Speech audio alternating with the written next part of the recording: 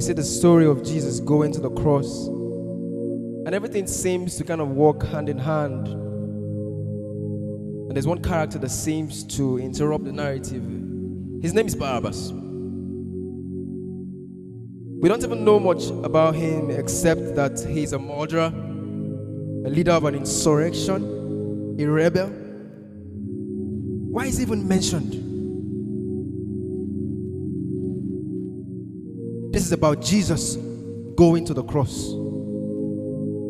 So in this moment, Pilate thinks, I hold the destinies of these two men in my hands.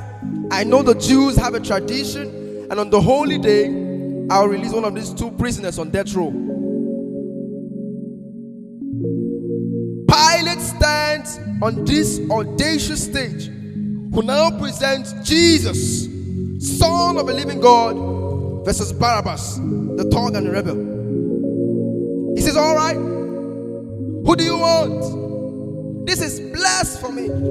There's no comparison. This is a rightful prisoner, a man who should be on death row. He's a rebel against Rome. He leads a rebellion. He's a murderer. He's a bad man, and he's a thug. He deserves the chain, and he deserves the crucifixion. Jesus, what has he done but heal, restore, deliver, set free, open blind eyes, open deaf ears, heal the lame and heal the lepers? What has Jesus done? All right, who do you want? Give us Barabbas. We want Barabbas. Give us Barabbas.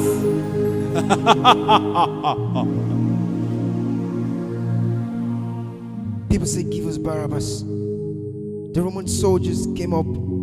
They put their keys into the chains, and they unlocked Barabbas from his shackles. And he walked down the platform, welcomed by his thug friends.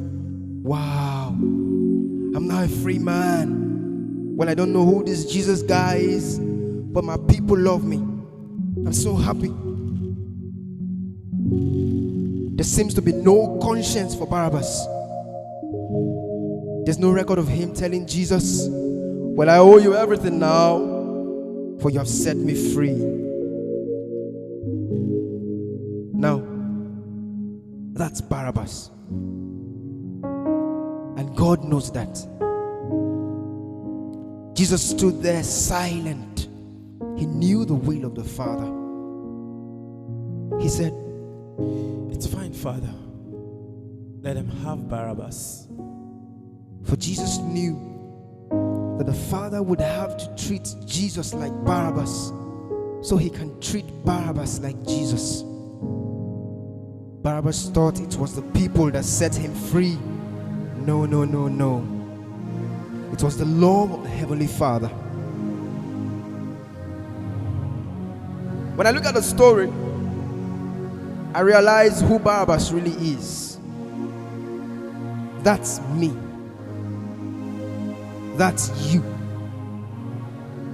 That's us.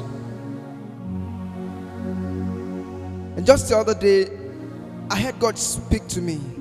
He said, I love Barabbas. I love him. but God, that man is a bad man. I love him. And I want him to go free. But then you know that he probably won't have acknowledged the free gift. But I love him. For while we're yet sinners, Christ died for us. God sent his son for Barabbas, even when he knew he would have walked away from his free gift of salvation and never come back to him. And got the nerves and the audacity to think I got saved by grace. Now that I am in this dark place of bondage, I'm gonna try to keep myself out. What? That's the opposite of the gospel. Are you bound? Are you held under the bondage of that sin and temptation, and it seems like it's controlling you? What are you gonna do? I'm gonna set myself free. Stop it! No, you won't. You're no match with the powers of hell and the urges of sin. You will never overcome it. You will never overcome. You will just be another statistics. There's no answer within yourself. You want marriage, you want goodness, you want discipline, you want devotion. Will that save you? Will that save your marriage? Will that save your children? There's only one. And he's the one that took your place. He's the one that stood silently on that platform with Pilate and said, yes, let them have Barabbas. Take me. How many times have I stood on that platform with Pilate and Jesus, and I am the Barabbas, and they start to take off my chains, and I say, no, no, no, no, I deserve this. I deserve the guilt. I deserve the shame. I deserve the consequences. I deserve it. Jesus seems to look at me and he says, no, son, let me have it. Let me have your sin. Let me have your pain. No, God, I did it to myself. I deserve it. My marriage won't work. This is what I deserve. I deserve divorce. I deserve poverty. I deserve disease. I deserve it all. No! God, I'm so ashamed. Give me your shame. But then, God, what if I do it again?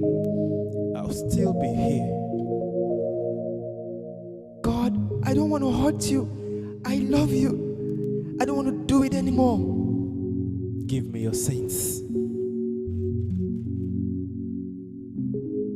This is all we've got. This is all I've got. This is all we've got. We could play games. We could play church games. We could pretend that people are blessed because they are better than us, and that is why they are so blessed. Or we can all come to the honest conclusion that it is God. It is God alone. The greatest challenge is not your discipline, your devotion, your focus. Your greatest challenge is believing the gospel. Could it be that there's a God with a love so stainless, so wide, so deep, so expensive, so welcoming, so inclusive? Let me have your sins, son. Okay. And I give him my sins. That stainless, empty space of forgiveness and acceptance. While Jesus walks up to the cross that I deserve, I see him walking. I see him walk past to go to the post to be whipped. As I stand a free man, all the attention is turned now. Go, son. Live your life. I'll pay the price.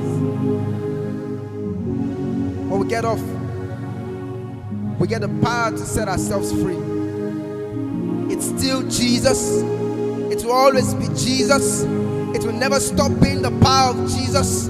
His blood is sufficient for our salvation. His blood is sufficient to sustain us through all the challenges and every sin and every temptation. Jesus is enough.